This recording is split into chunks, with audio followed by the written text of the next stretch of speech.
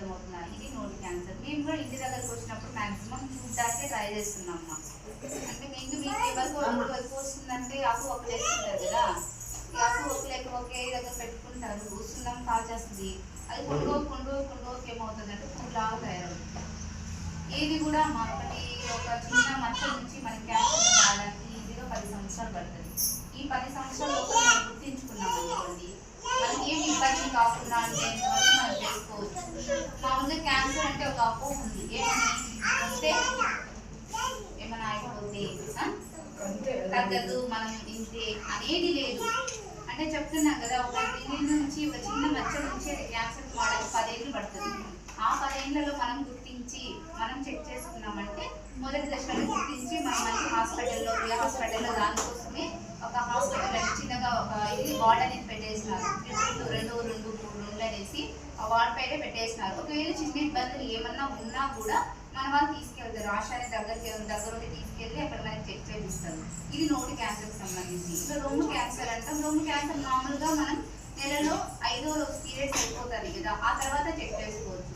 ముందుగా చెక్ చేసుకున్నాం అనుకోండి, కొంతమందికి అందరికీ ఉండకపోవచ్చు, కొంతమందికి హెవీగా కొంచెం బ్రెస్ట్ హెవీగా ఉండడం కానీ లేకపోతే కొంచెం పెయిన్గా ఉండడం అవి కామన్గా ఉంటాయి. కాబట్టి నెల సరి అయిపోయినా 5 రోజుల తర్వాత మనం చెక్ చేసుకోవచ్చు.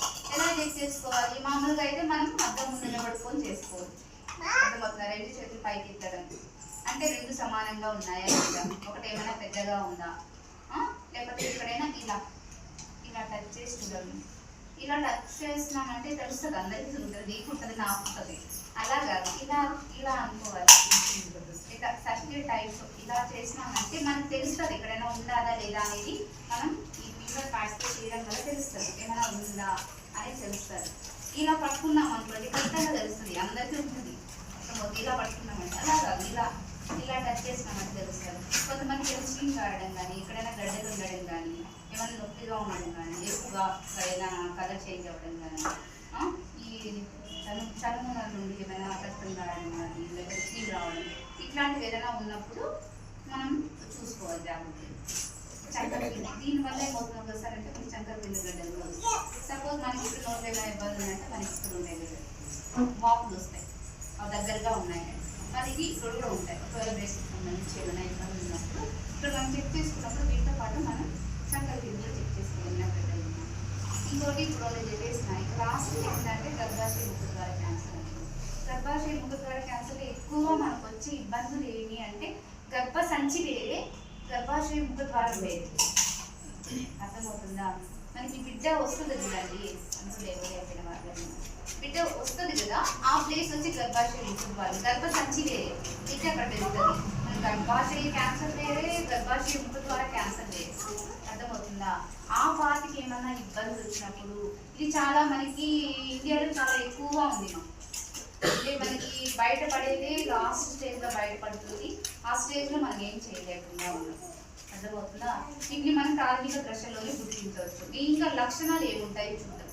చాలా మందికి చెప్తా ఉంటారు తెల్లమైలు అవుతుంది. మామూలుగా ప్రతి ఒక్కరిలో కొద్దిగా అవ్వడం అనేది కామన్. కొద్దిగా అవుతూనే ఉంటుంది, అది కామన్. పీరియడ్స్ ముందు కానీ పీరియడ్స్ మధ్యలో కానీ లేకపోతే అండం రిలీజ్ అవుతుంది ఆ టైంలో కానీ అట్లాంటప్పుడు కొద్దిగా అవుతుంది. అలా కాకుండా ఏమైనా బ్యాడ్ స్మెల్ రావడం కానీ అర్థమవుతుందా, నీచు వాసన రావడం కానీ ఇట్లాంటివి ఏదైనా వచ్చినప్పుడు తర్వాత మనం నెలకు ఒకసారి పీరియడ్స్ అవుతాం. అలా కాకుండా మధ్యలో ఏమైనా బ్లీడింగ్ అవుతా ఉన్నప్పుడు, హస్బెండ్ అండ్ వైఫ్ ఉన్నప్పుడు అట్లాంటి టైంలో ఏమైనా బ్లీడింగ్ అవుతా ఉన్నప్పుడు ఇట్లాంటివి ఏదైనా ఉన్నప్పుడు మనం కొంచెం జాగ్రత్త పడి చూసుకోవాలి. దానికి మనకి ఇక్కడ చిన్న టెస్ట్ అనేది చేస్తారు. ఇక్కడ మనకి ఒక చిన్న స్పెక్యులం పెట్టి చూస్తారు ఏమైనా ఇబ్బంది ఉంది. అట్లాంటివి ఏదైనా చెప్తే మా వరకు మేము ఏమైనా చేయగలుగుతాం. అదైతే మాకు ఎవరు చెప్పని అంటున్నారు ఇది ప్రాబ్లం ఉంది అని చెప్తే మనం ఇక్కడ వరకు గుర్తించవచ్చు. ఇక్కడే గుర్తించవచ్చు. ఫస్ట్ స్టేజ్లను గుర్తించి మనకి అది మళ్ళీ ప్రోగ్రెస్ ఇంకా సెకండ్ స్టేజ్ థర్డ్ స్టేజ్ అలా పోకుండా మనం చాలా వరకు జాగ్రత్త పడవచ్చు. అర్థమవుతుందా? దీని గురించి అయితే ఎన్సీబీ సర్వే జరుగుతుంది. ఇది దగ్గర సమూహం జరుగుతుంది. అంటే మనం పంచాయతీ మొత్తం దగ్గర 4600 మంది దాక్కున్నాం. మనము అందరికీ చేయాలి కాబట్టి ప్రతి ఒక్క లేడీ అడుగుతున్నాం ఇది లక్షణాలు ఏమైనా ఉన్నాయా అని అడుగుతున్నాం. మా వరకు చెప్తే మా వల్ల మేము ఏం చేయగలుగుతాం. ఇక్కడ చూస్తాం, మళ్ళీ మేడం గారు డాక్టర్ గారు చూస్తారు. మళ్ళీ అక్కడ నుంచి మనకి ఏ హాస్పిటల్కి వీళ్ళు తీసుకెళ్తారు. అవసరం ఉంది అంటే, అవసరం లేనప్పుడు ఏం అవసరం లేదు. అర్థమవుతుందా?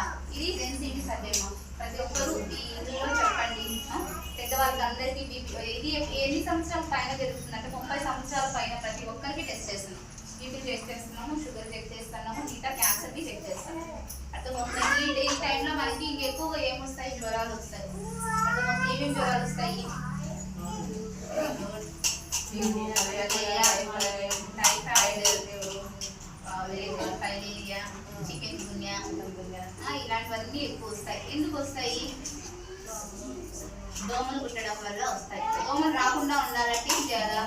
పరిసరాలు శుభ్రంగా ఉంచుకోవాలా, సాయంత్రం అయితే కిటికీలు వేసుకోవాలా, లేదంటే మెస్ లాంటిది ఏదైనా పెట్టుకోవాలా, పిల్లలు బయట పంపించేటప్పుడు డ్రెస్సులుగా వేయాలా, ఎందుకంటే దోమలు కుట్టాయి కాబట్టి. ఇలాంటి జాగ్రత్త. ఇంకా నీరు నిల్వలు లేకుండా చూసుకోవాలి. ఇక చిప్పలు కానీ అట్లాంటివి ఏదైనా టైర్లు ఉండడం కానీ ఇట్లాంటి వాటిలో ఎక్కువ వాటర్కి స్టాగ్నెంట్ అయిపోయి అక్కడ దోమలు పెరుగుతాయి. అవి లేకుండా జాగ్రత్తగా చూసుకోవాలి. ఇంకోటి వచ్చి టైఫాయిడ్. టైఫాయిడ్ అనేది మనం దోమల వల్ల రాదు, వాటర్ వల్ల వస్తుంది, నీళ్ళ వల్ల వస్తుంది. కలుషితమైన నీళ్ళు తాగడం వల్ల మనకి టైఫాయిడ్ అనేది వస్తుంది. అర్థమవుతుందా? కాబట్టి నీళ్ళు ఎప్పుడు బాగా వేడిగా కాచి మళ్ళీ చల్లార్చి నీళ్ళు తాగాలి. నీళ్ళు జస్ట్ అట్లా వేడి చేసి తాగడం వల్ల యూజ్ ఉండదు. గొరచెగా చేసుకుని తాగడం అన్నప్పుడు మనకి యూజ్ ఉండదు. అర్థమవుతుందా? కలుషితమైన ఆహారము, కలుషితమైన నీరు, వీటి వల్ల మనకి టైఫాయిడ్ వస్తుంది. దాంతోపాటు జాండీస్ అంటాం కదా, కామర్లు, ఇవి కూడా మనకి వచ్చే ఛాన్సెస్ ఉన్నాయి. వాళ్ళు ఏం లేని ఒక నిర్లక్ష్యం, ఆ నిర్లక్ష్యం అనేది ఎలాంటి జబ్బులు వచ్చే అవకాశాలు కావాలి. కానీ వచ్చినా మనం ముందస్తుగా గుర్తించి వాటిని మేడం చెప్పారే ఇవన్నీ కూడా సిమ్టమ్స్ ఎలా ఉంటాయి, రొమ్ము క్యాన్సర్ ఎలా ఉంటుంది, మూడు క్యాన్సర్ ఎలా ఉంటుంది, గర్భాశయ ముఖద్వార క్యాన్సర్ ఏ విధంగా ఉంటుంది అనేది చెప్పారు. ముఖ్యంగా చాలామంది మహిళలు ఈరోజు క్యాన్సర్ వ్యాధితో బాధపడుతున్నారు. ఇలాంటి ముందస్తుగా మనం గుర్తించి వాటిని ఖచ్చితంగా ప్రారంభ దశలో వాటిని నివారించుకొని లైఫ్ని, మనకు ఈ యొక్క లైఫ్ ఇప్పుడు ఈ జన్మ ఇప్పుడు ఇంతే, నెక్స్ట్ మనం చనిపోతే నెక్స్ట్ జన్మ మనకు ఉండదు. కాబట్టి ఆ ఉన్న రోజులైనా మనం ఆరోగ్యంగా మనం వచ్చిన జబ్బుల్ని నయం చేసుకొని ప్రారంభంలో గుర్తించి వాటిని మందులు తీసుకుంటే చాలామంది వాటి నుంచి బాగా హ్యాపీగా ఎంజాయ్ చేస్తున్నారు. అయ్యో మనకి ఇది వచ్చేసింది అది వచ్చేసింది అని చెప్పుకోవడానికి కొంతమంది చెప్పుకోకపోతూ ఉంటారు. అంగన్వాడీ కేంద్రంలో కూడా అంగన్వాడీ టీచర్ చెప్పొచ్చు, ఆశా కార్యకర్త ఉంది కవిత, ఆమె అందుబాటులో ఉంటుంది, అక్కడ ఆమెకి చెప్పొచ్చు. మేడమ్స్ నెల వస్తూ ఉంటారు, ఏఐనము, మన సేచు, వీళ్ళందరూ కూడా మనం చెప్పొచ్చు, తప్పేం లేదు. మనము అవి చెప్తే ఇదేదో నాకేదో జబ్బు వచ్చేసిందేమో అని అనుకుంటారు వాళ్ళు కూడా కొంతమంది ఉండిపోతున్నారు. అట్లా ఉండకూడదు, అది తప్పు. కాబట్టి ఖచ్చితంగా కూడా మెయిన్ పరిశుభ్రత పాటించాలి. రోజు స్నానం చేయాలి. రోజు మనము స్నానం చేయడం వల్ల, పరిశుభ్రంగా ఉండడం వల్ల మనకు చాలా రోగాలు బయటకు. చాలామంది ఇంటి పరిసరాలు కూడా శుభ్రంగా పెట్టుకోవాలి, ఇంట్లో పరిశుభ్రంగా పెట్టుకోవాలి. మనం హ్యాండ్ వాష్ చేసుకోవాలి. వంట చేసే ముందు కానీ, టాయిలెట్ పోయించిన తర్వాత కానీ సబ్బుతో బాగా హ్యాండ్ వాష్ చేసుకోవాలి, నెయిల్స్ కట్ చేసుకోవాలి వీక్లీ వన్స్. ఇలాంటివి చాలా పాటించడం వల్ల కూడా మనకు రోగాలు అనేవి చాలా వరకు దూరం ఉంటుంది. కానీ శుభ్రత మెయిన్, ఎందుకంటే శుభ్రత పాటించకపోతే చాలా రోగాలు వస్తాయి. ఇవన్నీ కూడా పాటించి మనము ఆరోగ్యంగా ఉండడానికి ప్రయత్నం చేయాలని చెప్పి కోరుతున్నాను.